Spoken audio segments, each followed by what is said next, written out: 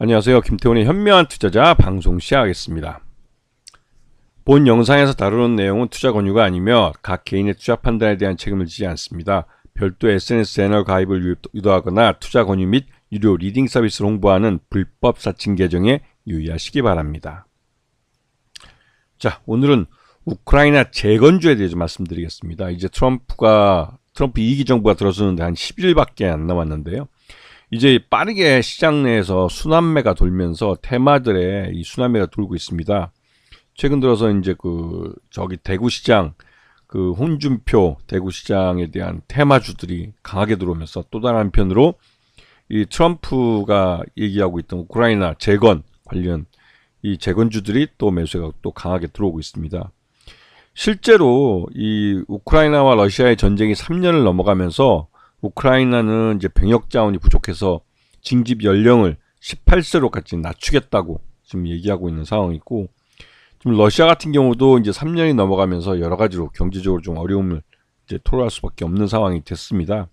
그래도 그럴 게 이 3년 동안 경제 규제가 계속되면서 여러 가지로 이제 러시아 사람들이 생활에 불편을 느끼게 되는 것이죠. 그리고 예전에 주변에 흔하게 많이 넘치던 서방 제품들이 다 사라지게 되고, 그 품질이 조악한 이 중국산 제품들이 들어오면서 러시아 사람들이 불만이 좀 쌓이기 시작했어요.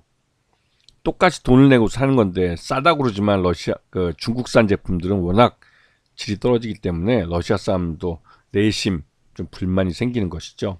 그래서 푸틴은 지금 점령하고 있는 우크라이나 동부 지역을 그대로 유지하면서 지금 현재 상태에서 지금 우크라이나가 점령하고 있는 러시아 영토만 돌려받으면 전쟁을 끝내고 싶어 합니다. 하지만 지금 우크라이나군은 러시아 땅을 점령한 지역에서 군을 빼지 않고 있고, 그래서 지금 휴전을 하게 되면 현재의 그 국경선을 그대로 인정하면서 끝나기 때문에 러시아로서는 자존심이 상하는 것이죠. 왜냐하면 자기 영토를 빼앗기고 전쟁을 끝내야 되기 때문에 그러면은 결코 러시아로서도 용납할 수 없고, 하지만 지금 미국은 조 바이든 정부에서 얼마 전에 마지막으로 우크라이나에게 대규모 군사 원조를 한 이후에 트럼프가 집권했을 때는 그러한 군사 원조가 또 이행될지 의문이 들고 있습니다.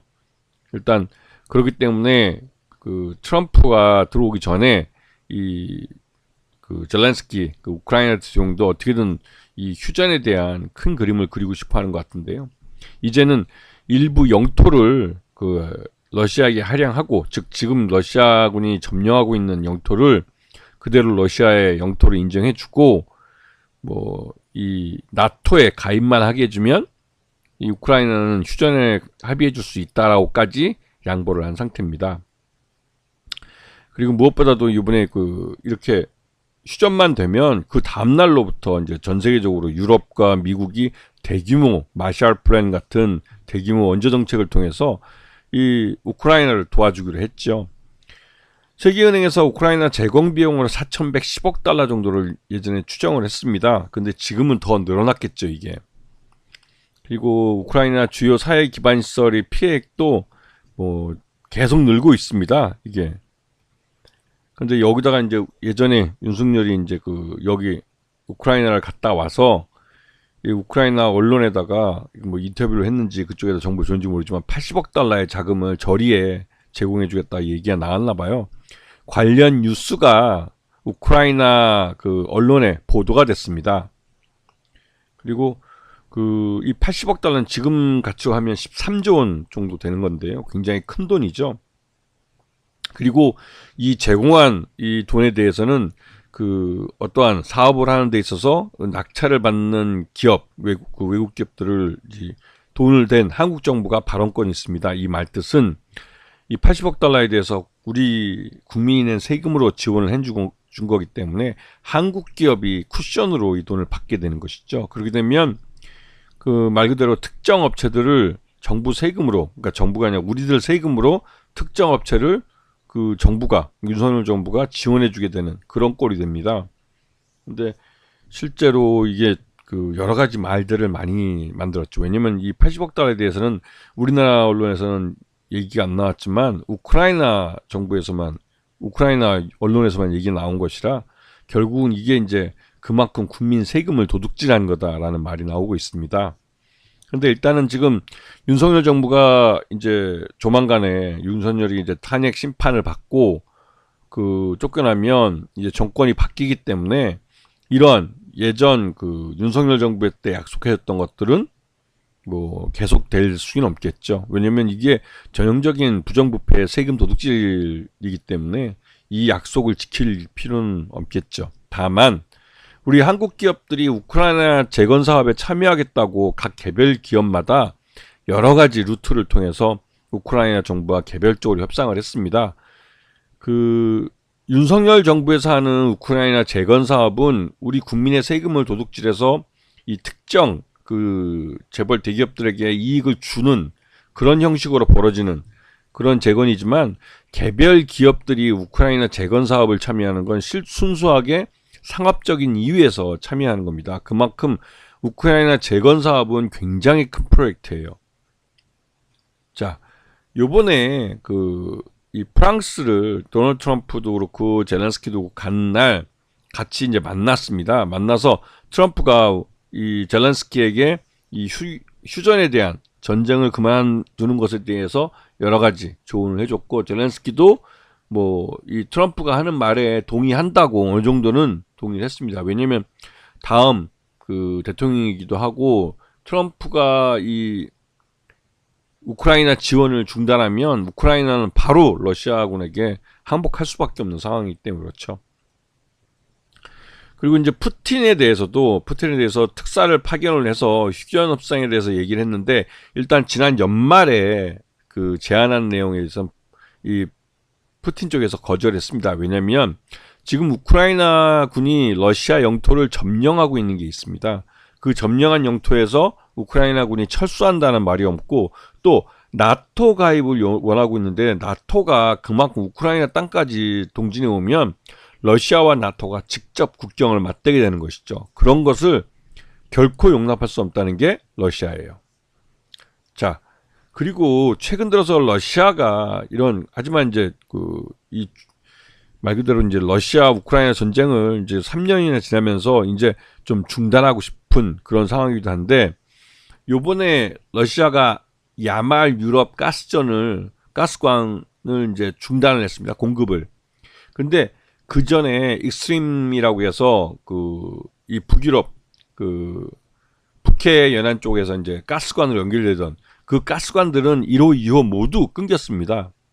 그래서 지금 그쪽을 통해서 유럽으로 천연가스를 보내고 있지 못한데요. 유일하게 지금 제대로 이제 천연가스를 공급해 주는 게 야말 유럽 가스전인데, 이 야말 유럽 가스관은 시베리아 걸 끌어다가 여기서 유럽에다 갖다 주는 겁니다. 그래서 굉장히 오래되기도 했고, 근데 이 가스관이 요번에 폐쇄가 되면 막말로 유럽은 값싼 러시아산 천연가스를 도입하기 굉장히 어려워지는 상황이 돼버려요. 그래서 최근 들어서 이 유럽의 천연가스 값이 천정부지로 올랐습니다. 근데 그렇게 하는 것은 러시아가 이 우크라이나에 대한 지원을 하는 유럽 국가들에게 일종의 경고를 하면서 이 전쟁을 그만둘 수 있게 휴전하는 데 나서라 압력을 넣는 거라고 볼 수가 있는 것이죠. 근데 이 유럽 쪽은 이 러시아와 우크라이나와의 전쟁으로부터 거리가 먼 영국 같은 나라는 굉장히 호전적으로 여전히 전쟁 무기를 대주면서 계속 러시아와 싸워야 한다고 주장하고 있고, 그래서 지금 이게 참 골 때린 문제가 되고 있어요. 이제 프랑스 같은 경우도 오랫동안 많이 싸웠으니 전쟁을 그만두든지 아니면 나토가, 그러니까 유럽 국가들이 직접 나서서 전쟁을 이제 끝내야 된다는 쪽으로 해서 프랑스 같은 경우 직접 파병까지도 얘기를 하고 있죠. 근데 문제는 이러한 유럽 내에서도 여러 가지 의견이 분분하게 되고 그렇게 되는데, 이 미국의 트럼프가 그린란드를 매입하겠다는 카드를 갑자기 꺼내 들었습니다. 그리고 이 매입하는데 이 덴마크가 지금 현재 덴마크령이니까요. 덴마크가 동의하지 않으면 지금 현재 미군이 거기에 주둔하고 있는데 러시아의 미사일을 감시하기 위한 감시 초소들이 거기 있습니다. 근데 여기 아예 그냥 미군을 주둔시켜서 진출시켜서 아예 그냥 그린란드를 무력으로 뺏겠다고까지 했죠. 근데 그렇게 한 이유가 군사적으로 이 러시아의 미사일을 최단 거리에서 탐지할 수 있는 그런 곳이기도 하지만 또 다른 한편으로 이 그린란드는 히토류 같은 자원이 많은 땅입니다. 근데 이게 최근 북극해가 얼음이 녹으면서 그린란드가 말 그대로 개발이 될 수 있는 땅이 되고 있는 것이죠. 그런데 이 히토류 같은 것들을 그린란드에서 개발하면 사람들이 살고 있지 않은 불모지기 때문에 환경 파괴에 대한 부담이 없어요. 그런 거에 대한 이슈도 없고. 그래서 말 그대로 생산하기 딱 좋은 땅이 되는 것이죠. 그래서 이 중국이 히토류를 무기화한다는 점에서 미국은 그린란드 땅이 반드시 필요한 상황입니다.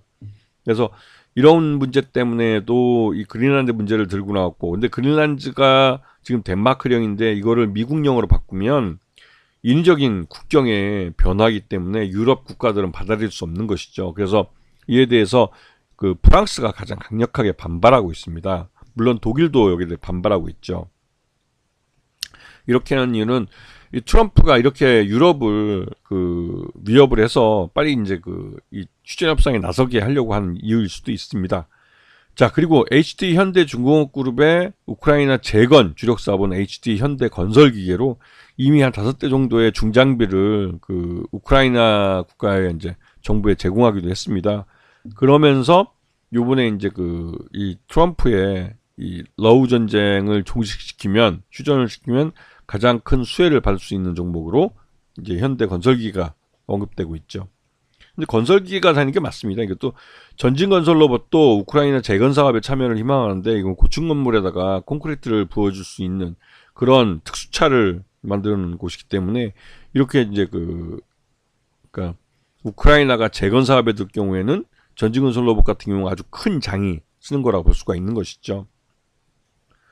그리고 SY 스틸텍은 이제 전쟁 와중에 집을 잃은 많은 사람들에게 이 모듈라 주택을 공급할 수 있는 그런 회사입니다. 그렇고 실제로 우크라이나의 이런 관련 장관이 우리나라로부터 모듈러 주택을 수입하고 싶다라는 말을 해왔기 때문에 실제로 휴전을 할 경우에는 재건 사업하는 동안 사람들이 살 수 있는 그런 모듈러 주택을 공급해 줄 가능성이 큽니다.